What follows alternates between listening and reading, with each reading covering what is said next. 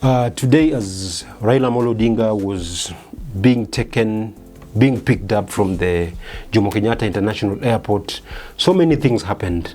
And as we all know, kulikuwa na taratibu ambazo zilifaa kufanywa according to the decisions made by the burial planning committee. And this planning committee was being co-chaired by the Kenyan Deputy President, Professor Kithure Kindiki, alongside Raila's elder brother and the Siaya Senator, Daktari Oburu Odinga. There were plans, and the plan was they pick Baba from the airport straight to Lee, then to Parliament. Whatever happened, happened.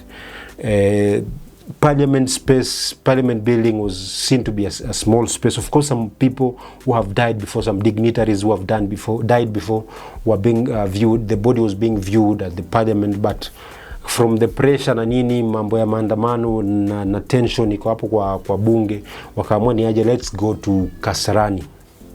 Things happened the way they happened, and it is estimated that around 4 people died and scores were injured. In this video, I want us to discuss a few things that will happen during Raila Amolo Odinga's burial ceremony. The first thing that will happen, tutakuwa na collision moja mbaya sana. Collision moja kwa nini? Unaona venye leo Raila Odinga amepokelewa kutoka airport, Kenyans wanted some more time to mourn Raila Odinga. In fact, when people were told that Raila will be moved from the airport to Lee, people literally wanted to walk with Raila step by step from the airport to Lee funeral home. But that was not the plan of the government of Kenya. Because one, kutakuwa na traffic, kutakuwa na nini. In fact, I think the planning committee would have even thought, what if angeshuka airport achukuliwe na chopa mpaka Lee, then kutoka Lee watu wakutane mahali tu penye body na kwa viewed. But again, you cannot control mourners, you know. Raila was a man of the people. Raila is the only politician in the Republic of Kenya who would declare a holiday where there is none, where none exists, and it happened. During his burial on Sunday, of course, Sunday is not a very common day kwa mazishi in Africa. Some people are just wondering why Sunday, but this is just honoring the will of the late. And the will of the late is one of the rules that are used to bury people in the African context and maybe in other places. So the first thing that will happen, there will be a very serious clash between disciplined forces and wananchi. Disciplined forces, I know, we will have people from NYS, so many of them, Rungu kwa wingi sana. We will have members of the Kenya Defense Forces, that is Air Force, Navy, pamoja na Army, so many of them. We will be having members of the elite units of the police department, because the president will be there. As we speak right now, I'm very, very much sure that members of security forces are already in Bondo town, Kisumu, all of them are just there collecting intel of how things will be happening. Mtu wa namna ya Raila Odinga kulimit watu kwamba we are only mourning for 5 minutes, ama we only want this number of people, it will bring a very serious fight, and I'm very much sure. If they dare to manage and to control people, that they don't want so many people at Jaramogi Oginga Odinga's home in Bondo, there will be war. People will fight, people will throw stones. And as a result of this, if this happens, I'm not praying for bad things to happen, but if this happens, we might end up losing more people. This was just Nairobi. We've already lost 4 people according to sources. Maybe some other people have been injured, maybe they lose life later, maybe some people will lose capability to do their daily duties normally. I'm not praying for bad things to happen, but probably this will happen. One thing I know with the people from Nyanza won't be controlled, because you can imagine Raila Odinga is a person who was coming second to election with a difference of a very small margin. We will have people from Garissa. We'll have people from Mombasa. We'll have people from Siaya County. Probably my governor Natembea will be there. And if I would be asked, I would tell him not to go because he has had differences with the Raila Odinga. So this might just start something else. In short, if they try to stop people from entering Odinga's compound, it will be chaotic. Chaotic, and I can't even say, but it will be chaotic. During the burial of Raila Odinga, the second thing that will happen, we will start seeing political rifts. Of course, there are people who believe that Baba took them to government. Baba took them to government. So Baba took us here, and Baba was always right. We cannot deviate to Baba's decision. We cannot go away from what Baba had decided for us. We have people of that type. We have people of that type. Of course, we will count people like Mbadi. He's already a cabinet secretary in the Republic of Kenya. People like Joho. And some other people like Gladys Wanga. Gladys Wanga was very close to Raila, and I don't think she can contradict Raila's decision at this moment. But during this burial, we will see people starting to show signs of getting away from William Samoei Ruto. And of course, William Ruto will be received as a hero. And of course, some people will still do the one-time chanting. We saw people saying Ruto must go. Maybe they were saying out of their hearts, and maybe they were being incited, as somebody said the other day.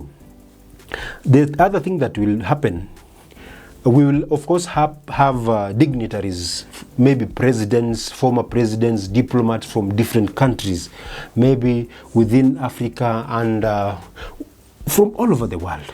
And of course, we are expecting that due to the nature of things, maybe the rainy season and whatever, the speeches and these other things will be shortened. And of course, after that, I'm expecting the 16-gun salute. Is it 16 or 21? In short, I'm expecting a gun salute. Why are they giving a gun salute to somebody who is a civilian? A civilian, that is somebody who is not a military officer, who is not the commander-in-chief, who is not a president.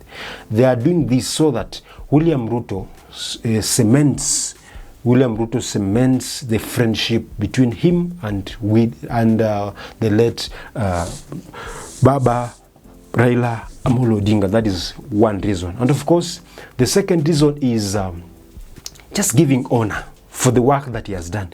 You know, if you're competing with somebody, and even though this person has not defeated you, but the person gave you a very good chess, this person is a hero. It's only that you are a bit better, or maybe you stole from this person, or maybe you pushed this person for you to be the winner. So the fact remains that in 2022, Raila Odinga was just some 200,000 votes away from presidency. So this is one of the reasons to why he should be given the salute, and probably he will be given the salute. Another thing that will be done in Raila Odinga's burial, promises will be made. Promises will be made. And maybe pieces of advice will be made. One of the people who will make promises is none other than William Samoei Ruto. He'll promise some more goodies to the people of Nyanza. Maybe some jobs will be given. Some appointments will be given. Probably, as we've heard before, maybe some slots in the government will be created. Maybe the deputy cabinet secretary, maybe some more CSs and some kind of stuff. But basically some job opportunities, some big offices will be created, and people will be given jobs in that burial. And so many other, maybe roads and some other projects, development projects will be done. And finally,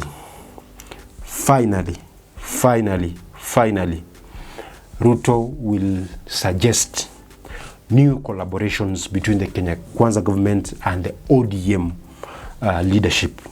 Some very, very serious, open suggestions of how the Kenya Kwanza government will be working with ODM. I think this will happen. And this is just my thinking. I don't know what's your thinking. You can share with us your thinking of what might probably happen. I hope I've not forgot to say that people will just thump, people will be bashed, some people will be bashed, some people will be just thumping.